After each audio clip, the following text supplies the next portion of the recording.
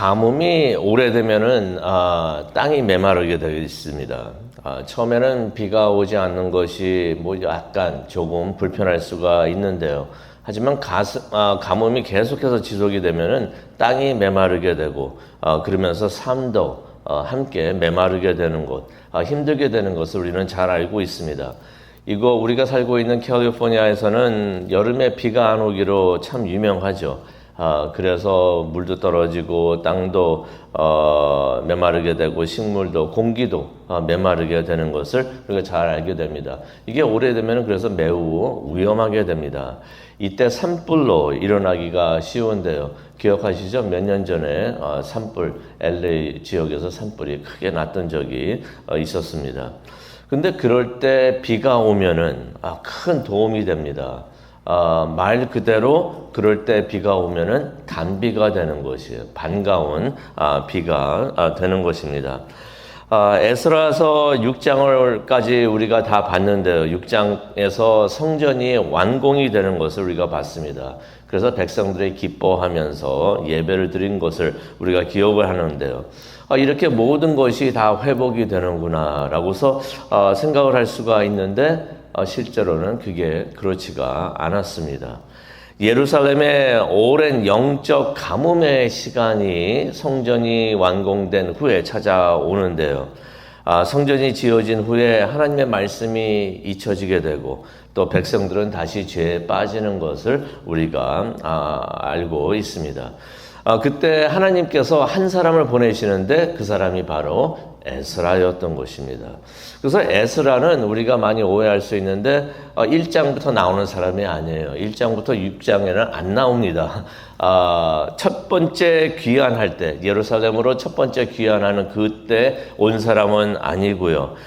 성전이 완공된 후 그것도 한 58년이나 지난 후에 그때서야 이제 예루살렘으로 돌아오는 사람이 됩니다.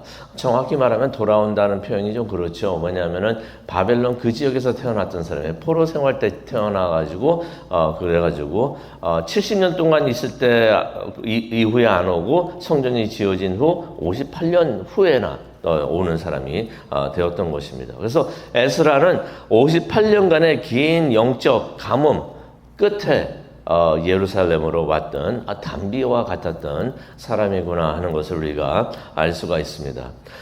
에스라서 6장을 통해 가지고 성전이 완공되는 것을 우리가 봤는데요. 이제 7장 1절을 보게 되면 맨 처음에 나오는 말이 2일 후에라고 말을 하고 있습니다. 성전이 완공된 후를 말하고 있는데 또 어떤 것을 말하냐면은 성전이 완공되고 58년이 지난 후를 말하는 것입니다. 58년이라는 세월이 지난 후에, 그러니까 6장하고 7장 사이에는 58년이라는, 약 58년이라는 세월이 있는 것을 우리가 보게 되는데요. 그동안에 다리오 왕은 죽었고 그의 아들 아하수에로 왕이 즉위해가지고 통치를 했습니다. 아하수에로 왕 기억하시죠? 그가 바로 에스더서에 나오는 아하수에로 왕인 것입니다. 에스더와 모르게의 사건들이 바로 6장하고 7장 사이에 일어났던 것이에요. 거기다가 적어 두시기 바랍니다. 에스더 모르드게라고 적어 두시고요. 그리고 이제 아하수에로 왕도 죽었습니다. 그래가지고 그의 아들 아닥사스다가 왕이 되었다라는 말씀이 1절에 나오는 것입니다. 그런데 아닥사스다 왕이 된 지 7년이 됐을 때 에스라가 예루살렘에 오는 것을 우리가 1절과 7절을 통해서 보게 됩니다. 그런데 성경은 에스라를 소개를 하면서 긴 족보를 보여줍니다. 이 족보의 이름이 쭉 나오죠. 몇 대손 쭉 나오고 그러는데 여기에 요점은 5절입니다. 5절로 넘어가시고요. 5절을 가가지고 대제사장 아론의 16대손이다. 거기다가 동그라미 치시기 바랍니다. 에스라를 소개하면서 가장 중요한 것은 쭉 올라가 보니까 아론의 16대 손이다라고 성경이 기록을 하고 있는 것입니다. 그러니 에스라는 누가 보더라도 족보가 확실한 제사장이었던 것이에요. 누구든지 인정을 할 수 있는 제사장이다. 요즘에 한국에서는 지금 족보 때문에 난리가 나고 있는데요. 친일파의 멧돼손 해가지고 좀 난리가 난 사람들이 있고, 그러면서 또 이런 사람들이 나와요. 정약용의 멧돼손, 누구의 멧돼손, 독립운동을 했던 사람의 멧돼손, 이렇게 사람들이 나오는데 그 족보가 확실하니까 확실한 거예요. 이 사람은 그런 사람이구나. 에스라가 그랬던 사람이에요. 에스라의 족보가 확실했습니다. 쭉 올라가니까 아론의 16대손, 누구나 인정하는 제사장이었다는 것입니다. 대제사장이었던 것을 우리가 제사장인 것을 우리가 알 수가 있는데, 근데 또 6절을 보게 되니까 그러면서 그는 율법에 익숙한 학자였다라는 말씀이 납니다. 서기관이라는 이야기입니다. 스크라이브라는 말입니다. 그가 공부를 많이 했던 학사라는 것이에요. 그런 의미가 있는 것입니다. 그가 글을 읽을 수 있었고, 글을 쓸 줄 알았고, 당시에는 읽는 사람이 따로 있었고 쓰는 사람이 따로 있었어요. 아무나 그렇게 못했었고, 나중에 바울 때도 읽는 사람들이 흔하지 않아가지고 성경을 읽을 수 있는 사람들이 따로 있었었는데요.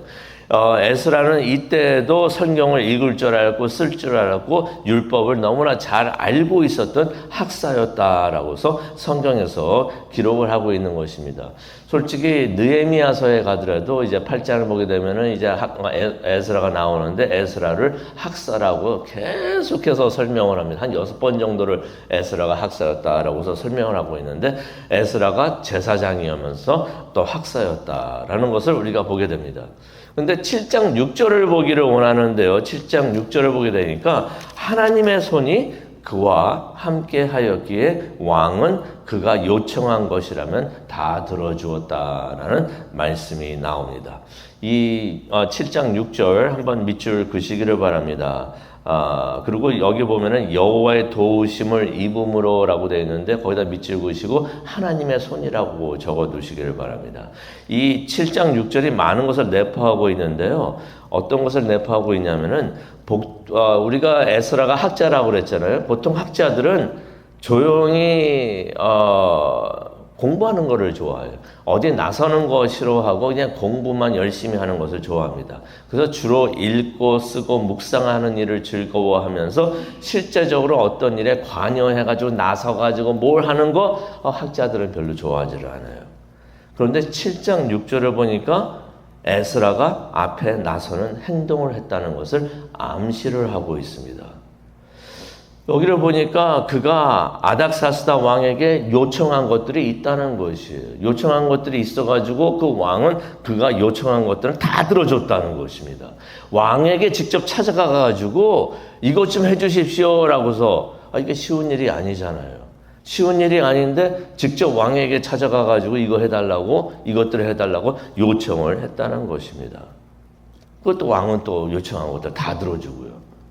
궁금합니다. 에스라가 무엇을 요청을 했을까요? 에스라가 하나님의 말씀을 읽고 쓰고 묵상하면서 그의 믿음과 신앙이 더욱더 막 자라났다는 것을 우리가 알 수가 있어요. 로마서 10장 17절 보면은 성경 말씀을 읽고 그러면서 믿음이 자라난다고 그랬는데 이 사람 계속 하나님 말씀을 읽고 쓰고 묵상하고 있었으니 믿음이 막 자라나고 있었구나. 그러면서 믿음이 자라나면 무엇이 보이기 시작합니까? 하나님의 뜻이 보이기 시작하는 것이에요. 하나님이 뭘 원하시는구나. 하나님이 좋아하시는 것이 무엇이구나. 그게 눈에 보이기를 시작을 하는 것입니다. 그것을 깨달았던 것 같아요. 그래가지고 하나님께서 성전이 완공된 후에 다시 예루살렘에 영적 가뭄이 왔는데, 가뭄이 오니까 다들 힘들어 하잖아요. 그래서 하나님께서는 은혜의 담배를 주시기를 원하시는데 그 계획을 세우고 계실 때 에스라가 그러한 하나님의 그러한 계획을 봤을 것입니다. 그래서 에스라가 예루살렘에 오는데요. 예루살렘에 오는데 혼자 오지 않고 7절을 보니까 다른 사람들과 함께 왔다고 합니다. 누구와 함께 왔다고 하나요? 7절을 보게 되니까 이스라엘 자손과 제사장들과 레위인들과 노래하는 자들과 문지기들과 여러 사람들과 같이 왔다고 합니다. 내일 이제 우리가 8장을 보게 되면은 남자만 한 약 1,500명 정도가 왔던 것이에요. 그래가지고 여자와 아이들까지 다 합친다면 아마 4,000명, 5,000명 정도가 오지 않았을까 우리가 추측을 해봅니다. 근데 이렇게 많은 사람들이 오는 거 이거 쉬운 일이 아니죠. 왕을 찾아가 가지고 왕에게 요청을 해야 되는 일입니다. 그러니 에스라가 이것을 왕을 찾아가 가지고 이 일을 요청하지 않았을까 생각을 해봅니다. 또 에스라가 빈손으로 오지를 않았습니다. 예루살렘 올 때 빈손으로 오지 않고 15절을 보니까 많은 금과 은을 가지고 왔다는 것을 우리가 알 수가 있어요. 왕이 금과 은을 많이 가져가라 라고 말을 합니다. 왜 그런 말을 했을까요? 요청을 했기 때문에. 그걸 요청했기 때문에 왕이 허락해 주는 것을 우리가 볼 수가 있어요. 17절을 보니까 또 왕이 하나님께 드릴 번제물과 소제물과 전제물을 또 가져가라 라고 말을 합니다. 왕이 그냥 가져가라 했을까요? 요청을 했기 때문에. 그래서 에스라가 요청한 것은 다 들어줬다는데 이런 것까지도 요청을 하고서 왕이 들어줬다는 것입니다. 에스라가 왕에게 요청해서 다 이 모든 것들이 이루어졌다는 것이에요. 근데 에스라가 이런 복을 받은 것은 그가 훌륭해서가 아니라 여기 보게 되면 아까도 말씀을 드렸죠. 6절을 보게 되면은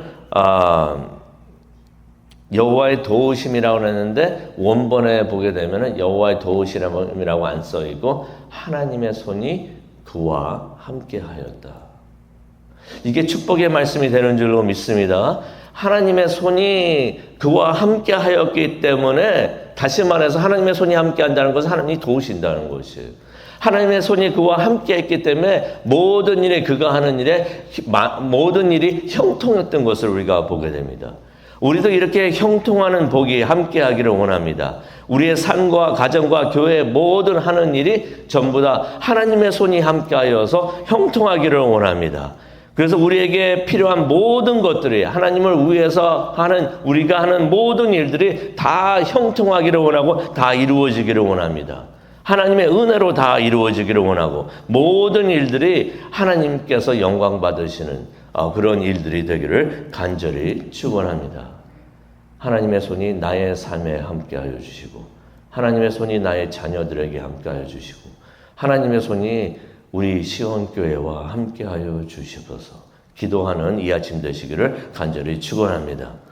그런데 에스라가 왜 이렇게까지 하면서 예루살렘에 오기를 원했는가? 10절로 가기를 원하는데요. 10절도 밑줄 그시기 바랍니다. 에스라가 여호와의 율법을 연구하여 준행하며 율례와 규례를 이스라엘에게 가르치기로 결심하였더라라는 말씀이 나옵니다. 에스라는요, 삶의 목표가 확실했던 사람이에요. 예루살렘을 오는데 이것이 자기 좋으라고 온 것이 아니라 자기의 영화를 위해서 온 것이 아니라 하나님의 뜻을 위해서 왔구나 하는 것을 우리가 알 수가 있는데요. 세 가지 일을 했습니다. 밑줄 그시기 바랍니다. 10절을 보니까 에스라는 하나님의 율법을 공부하기를 원했던 사람이에요. 연구했다, 공부했다는 것입니다. 하나님의 말씀을 깊이 연구하면서 하나님의 깊은 뜻을 알기 원했던 사람입니다. 두 번째로는 10절에 나오죠. 공부해서 깨달은 하나님의 뜻을 준행하기를 원했던 것이에요. 하나님의 말씀은 알고 깨닫는 것이 목적이 아닙니다. 거기서 멈추면은 머리만 커지고 교만해집니다. 내가 다 알아. 알면 뭐예요? 껍데기만 있는데. 하나님의 말씀은 실천을 위한 것인 줄로 믿습니다. 삶으로 사는 것이 하나님의 말씀이 되는 줄로 믿습니다. 그래서 에스라는 하나님의 말씀을 공부했고 연구했고 스스로 지켰다. 준행했다는 것을 지켰다는 것이에요. 그리고 3절로 계속해서 보기를 원하는데 그리고 그것을 예루살렘에 있는 백성들에게 가르치기를 원했다라는 말씀이 10절에 나옵니다. 그래서 그가 예루살렘을 가기를 원했던 것입니다. 머리로 아는 것을 가르치는 것이 아니라 그가 깨닫고 실천하고 있던 하나님의 말씀을 영적 가뭄에 시달리고 있었던 백성들에게 가르치기를 원했던 것이에요. 그들의 영적 가뭄을 빠져나올 수 있었던 방법이 바로 이거였던 것입니다. 하나님의 말씀을 알고 공부하고 준행하고 또 그대로 사는 것, 또 남들에게 가르치는 것, 그렇게 함으로써 영적 가뭄을 이겨낼 수 있는 줄로 믿습니다.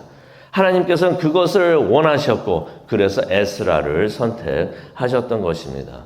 말씀을 마치고 기도하는 시간을 갖기를 원하는데요. 예루살렘에 있던 사람들에게 그래서 에스라는 담비와 같았던 사람이구나.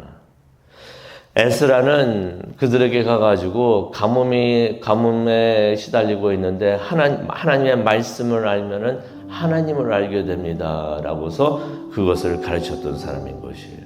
우리도 하나님을 찾는 사람들이 우리 밖에 있는데, 교회 밖에 있는데, 밖으로 나아가서 하나님을 찾는 사람들에게 단비가 되는, 하나님의 은혜의 단비가 되는 우리 모두가 되기를 간절히 축원합니다. 기도하시겠습니다. 하나님 감사합니다. 에스라서에서 이제 처음으로 등장하는 것을 우리가 보게 되는데, 에스라가 가뭄의 단비 같았던 사람이구나 하는 것을 우리가 깨닫게 됩니다. 하나님, 우리도 성령 충만하여서 하나님을 깨닫고 그것을 가르칠 수 있는, 하나님의 말씀을 공부하고 준행하고 그것을 가르치는 세상의 단비와 같은 사람들 될 수 있도록 하나님 우리를 도와주시옵소서. 그것을 위해서 기도하기를 원합니다. 이 시간 함께하여 주시고 우리의 기도를 인도하여 주시옵소서. 예수님의 이름으로 기도합니다. 아멘.